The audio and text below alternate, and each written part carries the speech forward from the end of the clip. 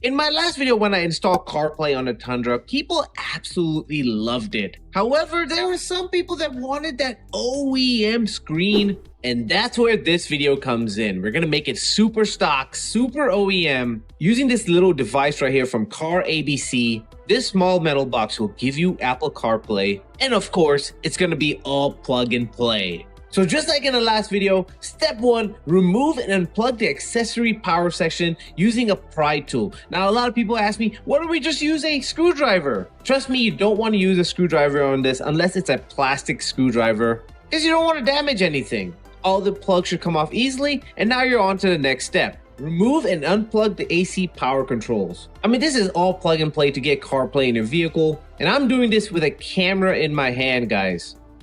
The next step, you're going to remove and unplug the original screen. Now, there are 4 bolts on the bottom right here. Use a 10mm with an extension to make your life easier to get all 4 bolts out. And once you're done with that, the screen should just pop out fairly easily. It's just held on with clips. Unplug the original screen and you can see everything is just plug and play. So you just unplug it, ready to be plugged in to all the new cables. So I'm going to put the original screen down on the seat right there to make sure it doesn't fall. And these are the new cables ready to be plugged and played into the old cables. When I say plug and play, I literally mean plug and play. If you're cutting anything, if you're splicing anything, you're doing something wrong. Everything is plug and play. Every connector has a specific location. You can't plug anything in the wrong section. That's me plugging one of the cables into the actual CarPlay box. And now you're ready for the next step. And you guessed it, plug and play everything back together into the original head unit.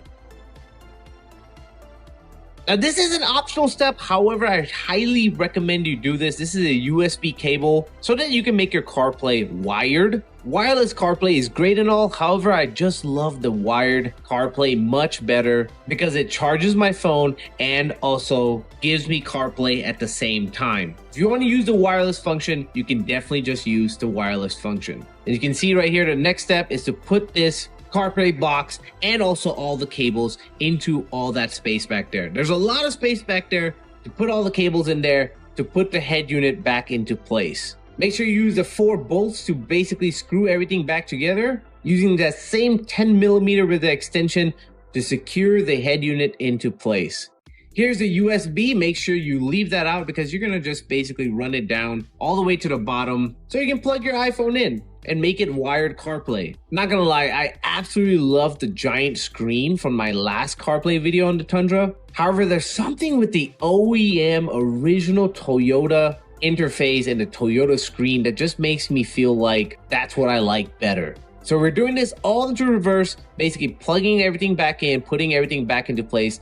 And here's the actual USB. I just made a little hole for temporary for right now. I might do a cleaner job later, but it's all the way at the bottom right there. It still looks good in my opinion. And once you slam it into place, you're good to go. Look at that. It took me 10 minutes to do this with the camera in my hand, guys. Truly an awesome system.